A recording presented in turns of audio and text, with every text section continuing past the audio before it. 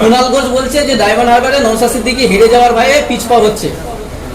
ব্যাপারটা হচ্ছে এমন এক ব্যক্তির নাম বললেন, তার কোশ্চেনের উত্তর দিয়ে আমি ছেড়ে দিচ্ছি অনেক আগে থেকে। অন্য কোনো নেতা নেত্রী তাদের জিজ্ঞাসা করলেন কোশ্চেন করে আমি অ্যান্সার দেব। ডক্টর শান্তনু সেনা বলেছে প্রেসক্রাইপশন নাকি যার নাম বলে ডাকেন তো। কথা হচ্ছে নওশাদ সিদ্দিকীর হারাবার কিছু নেই আর পাওয়ারও কিছু নেই। আমি অপেক্ষায় আছি, এই যে দুজনের সামনে পিছনে বসে আছে, রাইট সাইডে যে আছে সব থেকে বেশি, এই যে আজকে বলে দিচ্ছি পাবলিক ডোমেইনে সব থেকে বেশি আমাকে কন্টেস্ট না করতে দেওয়ার জন্য তিনি জোরাজুরি করছেন, তার মধ্যে একজন। কারণটা কি হয়তো পরে বলতে পারবো, এখন হয়তো যদি পাবলিক ডোমেইনে বলে তারপরেও বলছি দলের গণতন্ত্র আছে, দল একটা জায়গায় এসে দাঁড়িয়েছে, একাধিক মত উঠে এসেছিল, সেখান থেকে এটা আমাকে দল বলেছেন 7th ফেজে ইলেকশন আছে, অত তাড়াহুড়ো আপনার করার প্রয়োজন নেই। আমি যেভাবে তাড়াহুড়ো করছিলাম, আমাকে দলের যারা আছে নেতৃত্বরা যে 7th ফেজে আছে, নমিনেশনের ডেট অনেক বাকি, আপনার নিয়ে আমাদেরকে সেটা ভাবতে হবে। কারণ অনেক মতামত উঠে এসে সেটাকে শর্ট আউট করতে করতে এখন দুটো জায়গায় এসে দাঁড়িয়েছে, দাঁড়াবে কি দাঁড়াবে না। কারণ অনেকে মতামত দিয়েছিলেন, তৃতীয় চতুর্থ মতামত ছিল। সুতরাং দল যে আমাকে নির্দেশনা দিয়েছে তার বাইরে তো আমি যেতে পারি না। কারণ আমাদের রাজ্য কমিটির একাধিক নেতারও নাম উঠেছিল, তারও ইচ্ছে প্রকাশ করেছিল বিভিন্ন জায়গায় কন্টেস্ট করার জন্য, কিন্তু দলের পক্ষ থেকে আলোচনার বেসিসে অনেকের নাম যেমন কাটা গেছে, আবার অনেককে আমরা প্রতিদ্বন্দ্বিতা করাচ্ছি।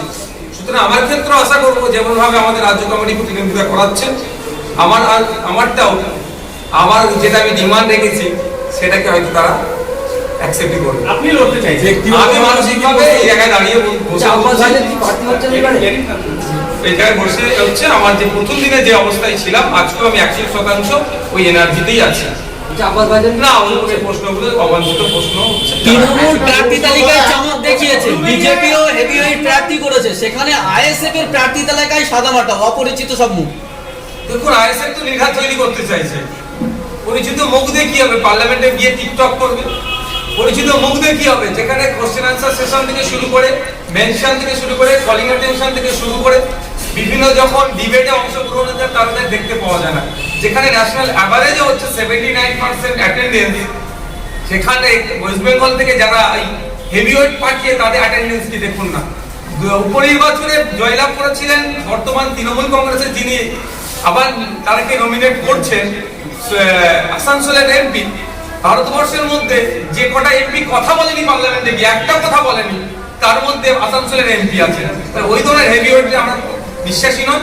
আমরা বিশ্বাসী মাটির মানুষকে, তাদেরকে আমরা নির্বাচিত করে জনগণের জনপ্রতিনিধি করে আমরা পার্লামেন্টে পাঠাতে চাই।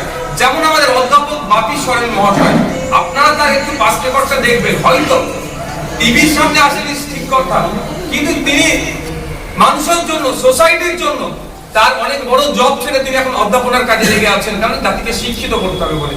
এই ধরনের আরো যারা আমাদের ক্যান্ডিডেট যারা আমরা দিচ্ছি, দেখবেন প্রত্যেকেই শিকড়টা মাটির সাথে জুড়ে আছে।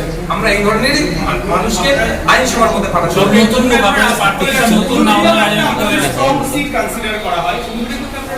অবশ্যই শুধু নট অনলি উলুবেড়িয়া, আমরা যে জায়গাগুলো বলেছে বা মাস্টার সাহেব অনেক সিটের নাম বলেনি।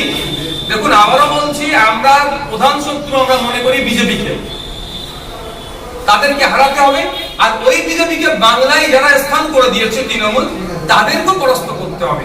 সেই দুটো শক্তিকে পরাস্ত করার জন্য এখনো পর্যন্ত বাম এবং কংগ্রেসের প্রতি আমাদের পক্ষ থেকে পজিটিভ বার্তা।